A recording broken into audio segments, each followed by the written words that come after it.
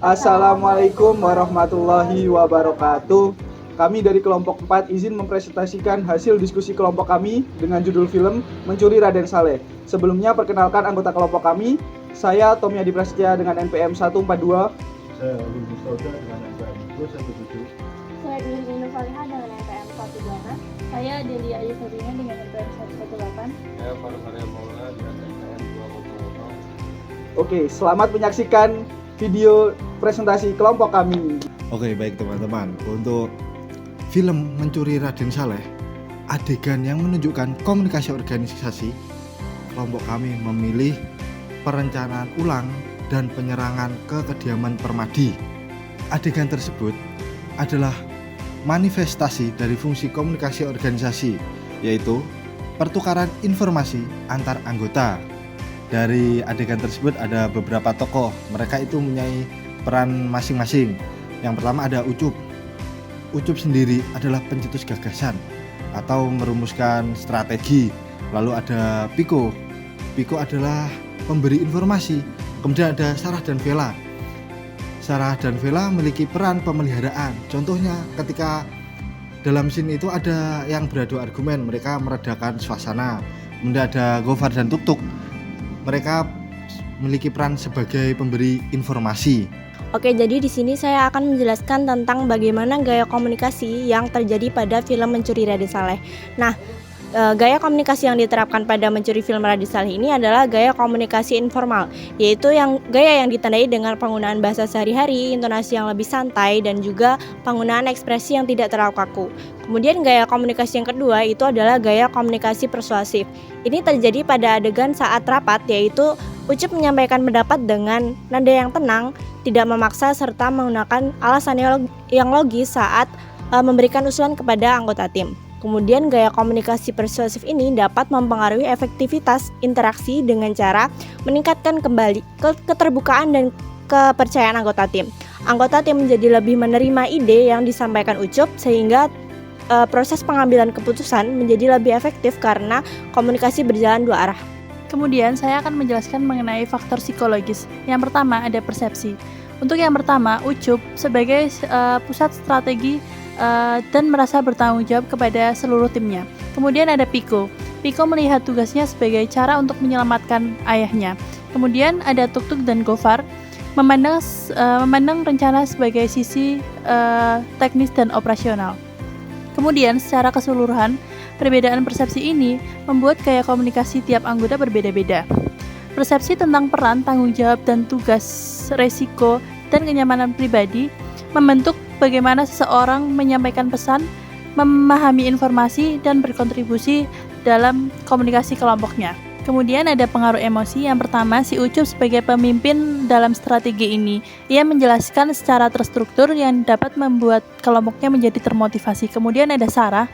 Sarah ditunjuk sebagai untuk mendekati Rama, namun ia merasa tidak nyaman. Kemudian ada Piko, ia khawatir akan resiko dari Sarah mengenai bom waktu agar chaos. Kemudian ada motivasi. Motivasi para anggota untuk tujuan yang sama, yaitu berhasil mencuri lukisan Raden Saleh tanpa ada satupun yang tertangkap. Kemudian motivasi kolektif ini membuat mereka berinteraksi secara fokus, saling menanggapi, saling melengkapi, dan saling bekerja sama sesuai dengan perannya masing-masing. Baik, selanjutnya ada kepemimpinan dan kekuasaan. Gaya kepemimpinan yang ditampakkan pada film ini itu adalah gaya kepemimpinan demokratis, di mana semua anggota itu terlibat secara aktif dalam mewujudkan tujuan organisasi atau kelompok ini. Lalu penggunaan komunikasi efektif yang digunakan pada film ini itu komunikasi pada film ini menggunakan komunikasi efektif yang mengedepankan transparansi dan juga kepercayaan kepada teman-temannya saat menyusun rencana ini terkait dengan kegiatan yang akan dilakukan. Lalu distribusi kekuasaannya berdasarkan keahlian dan peran masing-masing anggota dan bukan pada struktur hierarkis.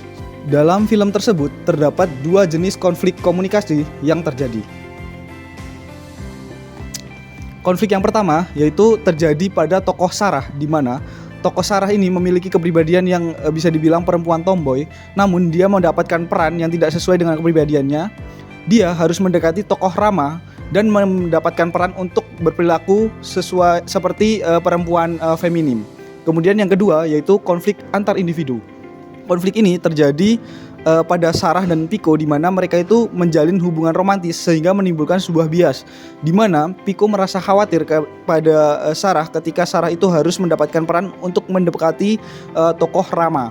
Selain itu juga Pico merasa khawatir ketika Sarah ini mengusulkan sebuah ide untuk menjadi bom waktu. Nah, konflik tersebut timbul karena adanya kepentingan antar individu, di mana hal tersebut mempengaruhi komunikasi organisasi yang terjadi. Nah, berdasarkan dua jenis konflik yang barusan saya jelaskan, terdapat penyelesaian juga yang dilakukan pada film tersebut, di mana penyelesaian konfliknya yang pertama yaitu menggunakan pendekatan rasional, di mana tokoh Ucup itu menjelaskan secara rasional berdasarkan bukti-bukti dan fakta-fakta yang ada mengenai apa sih metode-metode yang bisa digunakan untuk menyusun strategi, di mana Ucup itu memberikan fakta dan bukti mengenai tokoh Rama tersebut, sehingga dia berhasil untuk meyakinkan Sarah untuk dapat menerima perannya sebagai untuk mendekati tokoh Rama. Kemudian yang kedua yaitu adanya sikap mengalah demi tim, di mana hal tersebut terjadi pada Sarah, di mana Sarah itu pada akhirnya bisa untuk mengalah dan mengesampingkan kepentingan pribadi demi terlaksananya tujuan organisasi. Kemudian yang terakhir atau yang ketiga yaitu kolaborasi tim, di mana kolaborasi ini terjadi pada saat adanya konflik mengenai perencanaan bom waktu, di mana pada komunikasi tersebut tokoh Pico itu merasa khawatir terhadap tokoh Sarah ketika Sarah harus menjadi bom waktu, sehingga terjadi konflik komunikasi yang pada akhirnya memunculkan kolaborasi tim, di mana tokoh Tuk-Tuk dan juga tokoh Gofar itu mengusulkan untuk adanya bom waktu dengan cara adanya bom asap seperti itu. Nah, berdasarkan penjelasan tersebut terdapat juga strategi yang dilakukan pada film tersebut, yaitu terdapat strategi penyelesaian konflik, di mana yang pertama itu mereka melakukan identifikasi masalah terlebih dahulu, di mana masalahnya tuh sebenarnya apa sih yang terjadi, di mana masalah yang terjadi itu adanya ketegangan terkait pembagian peran dan juga resiko pembagian peran tersebut. Nah, kemudian mereka melakukan tahap kedua yaitu analisis akar dari permasalahannya tersebut. Nah, akar masalah ini digunakan untuk menyusun strategi nantinya, kira-kira langkah apa yang tepat untuk menyelesaikan konflik tersebut. Kemudian mereka melanjutkan ke tahap ketiga yaitu pencarian solusi dengan adanya diskusi bersama. Kemudian proses ini juga mencerminkan tahap pengambilan keputusan organisasi, dimulai dari identifikasi masalah, kemudian yang kedua pengumpulan informasi, kemudian yang ketiga pemilihan alternatif terbaik, kemudian yang keempat implementasikan kepada keputusan dan juga rencana yang akan dilaksanakan. Dalam film Mencuri Raden Saleh itu terdapat perbedaan latar belakang budaya yang terjadi pada anggotanya, di mana contohnya itu pada tokoh Ucup, di mana dia memiliki latar belakang budaya sebagai seorang teknisi yang cenderung sering berpikir secara logis. Hal tersebut menyebabkan mempengaruhi gaya komunikasinya, di mana ia sering berbicara secara logis berdasarkan fakta dan data yang ada, serta dia juga berbicara secara terstruktur. Kemudian pada tokoh lain yaitu Tuk-Tuk dan juga Gofar, di mana mereka memiliki latar belakang budaya yaitu seorang teknisi yang mempengaruhi gaya bicaranya menjadi seorang yang cenderung santai dan juga terbuka terhadap segala masukan.